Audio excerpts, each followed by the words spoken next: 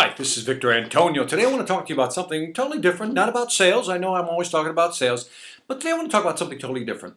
Today I want to talk about starting a new venture. The question is, should I do it? You see, folks, I have a lot of friends who right now don't have a job and maybe are looking to start a new venture. I have a lot of friends also who are discontent with where they're at right now in terms of their career and say, I'm looking to start a new venture. And then I have other people who are presented with opportunities and say, should I start a new venture? So the big question is to them always is, should I do it? And I think a lot of people try something for the first time, don't succeed at it, and they fail. And when they fail, I think things become worse. Because when you try something for the first time and it doesn't work, what happens to your self-esteem? You kind of start doubting yourself.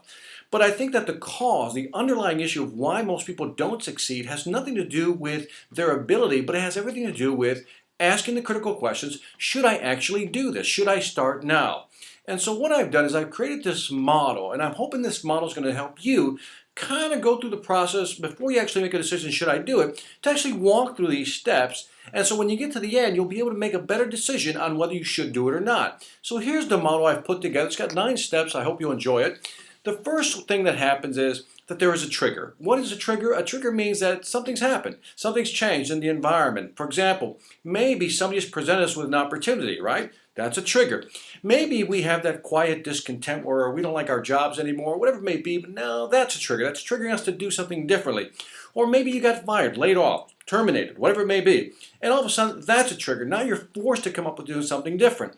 So the next step is once the triggers come, now we go into what I call the ideation mode. Ideation is basically when you start kind of thinking about, what am I going to do? What should I be doing? Or if somebody presented an idea, should I do it? Is this a good idea? And is it for me? So you start asking all these questions. You start kind of, again, just ruminating, thinking about it, and we've all been there.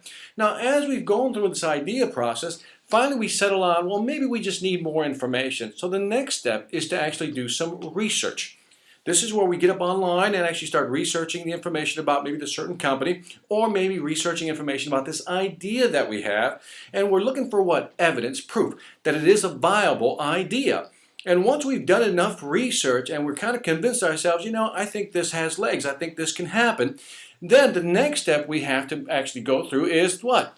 We have to think, do we have the resources? Do we have the time? Do we have the money? Do we have the effort? Again, time, money, and can I commit to doing this? So we have to do a personal inventory in terms of what do we have to offer, what do we have available, and do I have the resources? So let's say you put a little check in that box and you have the resources. Well, the next step then is to do a personal inventory. Okay, so it's a great idea.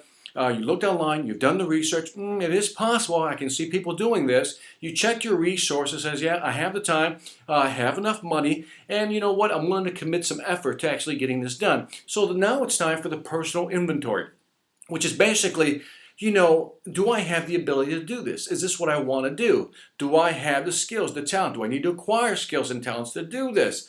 And in other words, can I do it? That's the big question. Can I do it? I know it's possible, but can I do it? And if you check off that and that comes back big yes, well, then the next step is simply to knowledge acquisition, which is meaning to acquire more knowledge about how to go about doing it. In other words, now that you know you can do it, you personally says, I have the ability to do this, I now need to acquire the knowledge. So that means I'm going to do more research, kind of the second round of research. Now you get into more depth. What do I need to know to make this successful? What do I need to know? What capabilities do I need to have to make sure that this can happen? So that's the second round of research. Now once you've done that, then the next step is obviously you got to come up with a plan. Okay, I know what I need. Now let's lay things out. I have everything I need. How do we do it? What's the sequence? What do I do first? What do I do second? What do I do third? Okay, here's the master plan. Here's my 6-month plan. Here's my 9-month plan. Here's my 1-year plan. And again, I start setting milestones, right? After the first 3 months, I expect to be here. After the next 6 months, I expect to be here. You get the idea. So this is part of the master planning that has to go on. And then once you've done that, you have to do the third gut check, which is what's the why inventory? Okay, so let's do this slowly. Let's go through this slowly. You've been triggered. You had an idea. Somebody brought you an idea. You start thinking about an idea. You've done your research. You validated that it is valid. People can make money doing this. People can make a career doing this. Then you've what? Checked your resources. You have time, you have the money, you're willing to commit the effort. You've done the personal inventory, you know what you're good at, what you're not good at, and this fits. And then you've gone to knowledge acquisition. You start learning the things you need to know to actually do this. Then you put together your master plan. So what is a why inventory? The why inventory is the final gut check. Okay, if it is possible that I can make money, I can do all these wonderful things, why should I do this? What's my compelling reason to go ahead and do this? Now, some of you may say, well, Victor, I just need the money. Some may say, you know, this career track is a dead end. I really need to make the change. That's a big why right there.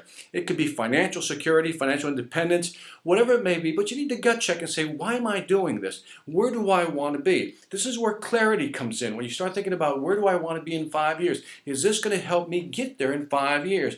And if the answers come back with big whys, with our great whys that says, yes, I should do this, then the last and final step is to what? Simply take action and begin implementing the strategy.